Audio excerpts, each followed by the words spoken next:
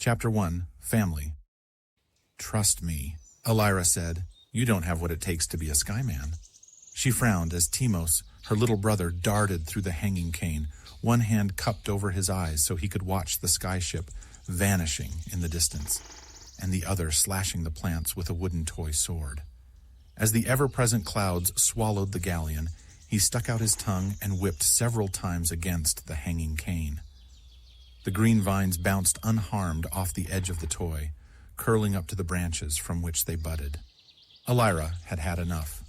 Setting down her stone pot, she snatched the toy from his hands and put both hands on her hips, a stance she'd learned from her mother's scoldings over the last 16 years. "Hey!" Timos protested. "Give that back." "Not until we're done, Timos. Look, there's not much work left." With a growl, Timos balled his hands into a fist. "You just want to go to town and listen to stories. Unhand my sword, or else." Elira refused, staring down the 9-year-old firebrand. Have it your way, Timos thought. Cocking back his elbow, he swung only to be bopped atop the head. Falling onto his rump, he rubbed his wiry copper hair. "Youch, I'm unarmed. That's not fair." Elira puckered her lips, summoning her magic. "You should know not to attack a girl who is armed, especially one with the talent." Before she finished speaking, the wind rushed through the cane orchard at her bidding, smacking several rubbery leaves across her brother's face.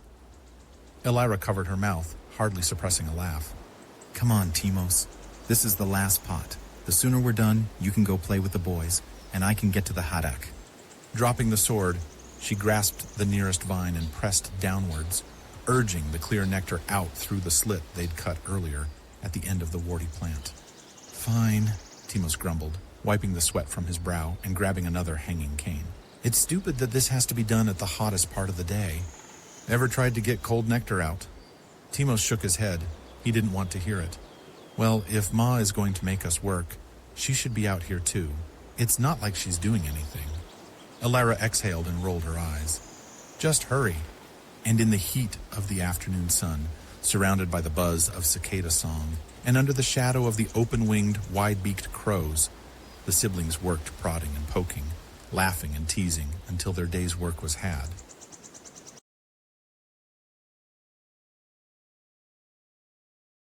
Chapter 1, Part 2.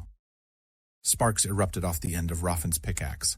All around him the sharp pings and hollow echoes of labor bounced throughout the coal mine. Hunched over, folded too tight for a man of his size, he chipped at the cavern wall.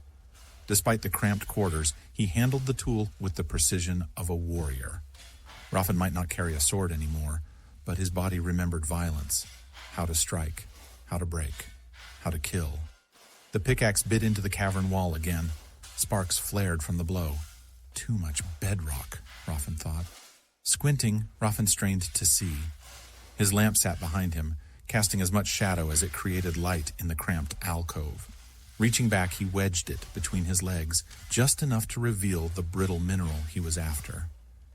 Shifting the lamp back, he chipped away until the sooty buckets beside brimmed full. Gripping one in each hand, he duck-walked out of the little tunnel. Few struts supported the ceiling, and the ones that did were either splintering or askew. Only the bravest worked the test tunnels, and Raffin was one of the few. A few more steps and he could straighten to a squat. A few more, and he was pushing the bucket through a narrow opening. Warm lantern light spilled from the main tunnel into Raffin's offshoot like a promise. "You there, Praetor." In response, a pair of weathered hands shot through the hole, dragging the bucket out just as a distant bell tolled day's end. "Thank the gods, just in time," Praetor said, his S slurring as usual. "My back is killing me." "Be glad you weren't in the new tunnel." "That's what you get for being brave, eh?" Sooty fragments laced the air and stained the floor like ash. Praetor dusted of his shoulder. "Find a good haul?" "Enough to keep Lord Elric fat and happy, and our horns full."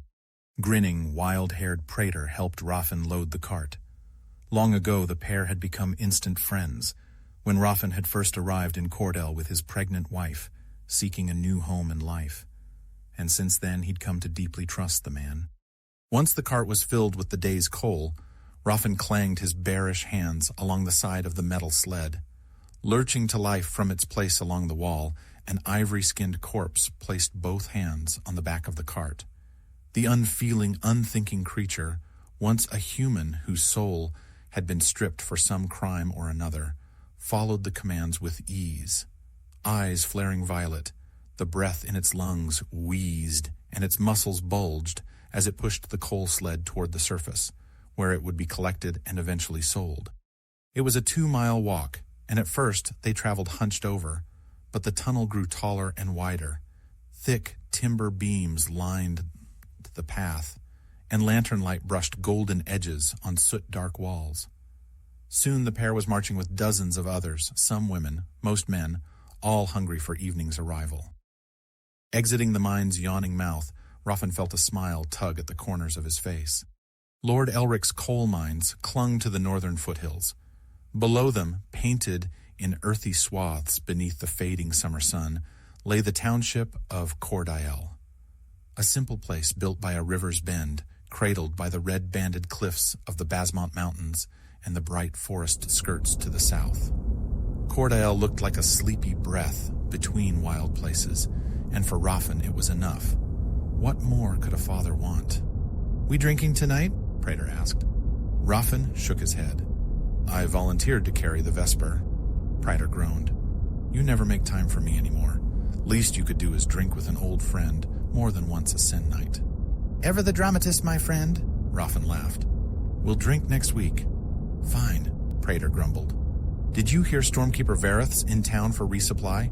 Say, how long you gonna let your lass go talk with them? She's almost of age, should be acting like a woman, not a child chasing fantasy." Halting mid-stride, Ruffin leveled a stone-heavy gaze at him. "That's why you're going to the Haddock tonight. Anything happens to my girl, and it's on you." Leaning closer, Ruffin let his size loom just enough. There was a reason his father's friends once called him the Tower. Before Praetor could turn green, Ruffin clapped him on the back and grinned. "Come on, if I'm late, I'll never be allowed to help carry the vesper again."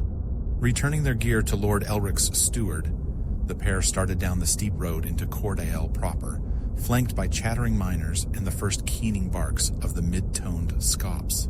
"This is it," Ruffin sighed as they neared town, passing the stench of the tanneries and bursts of children's laughter as they chased hounds between homes.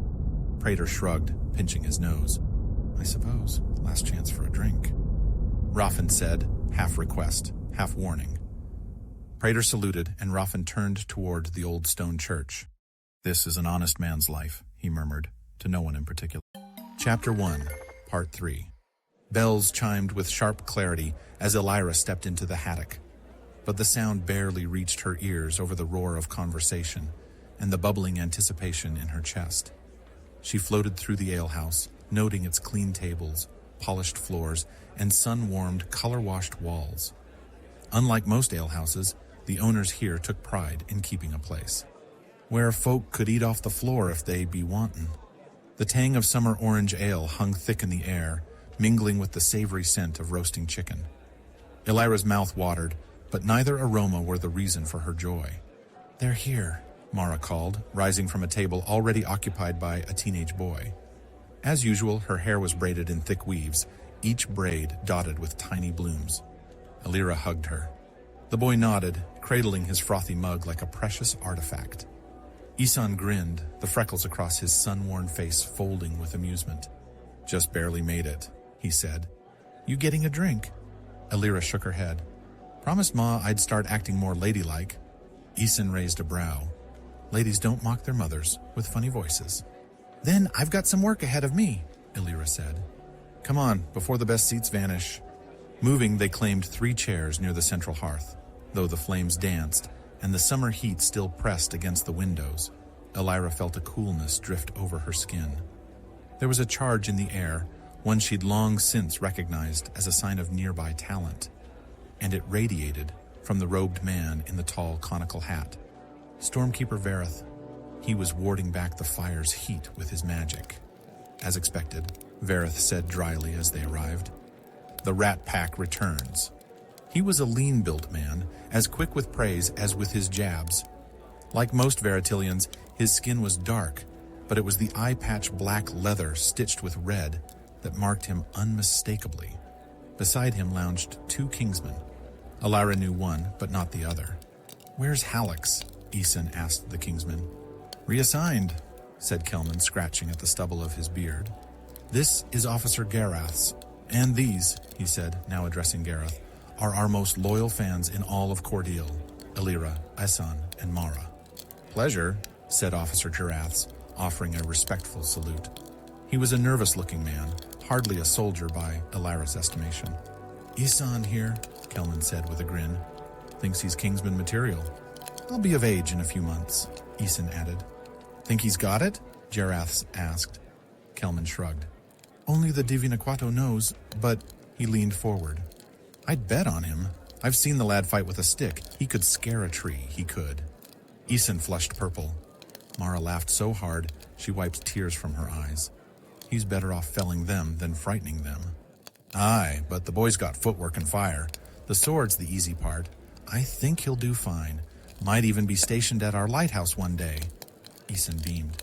"So," Elira cut in, eyes sharp on the Stormkeeper. "What news of the world?"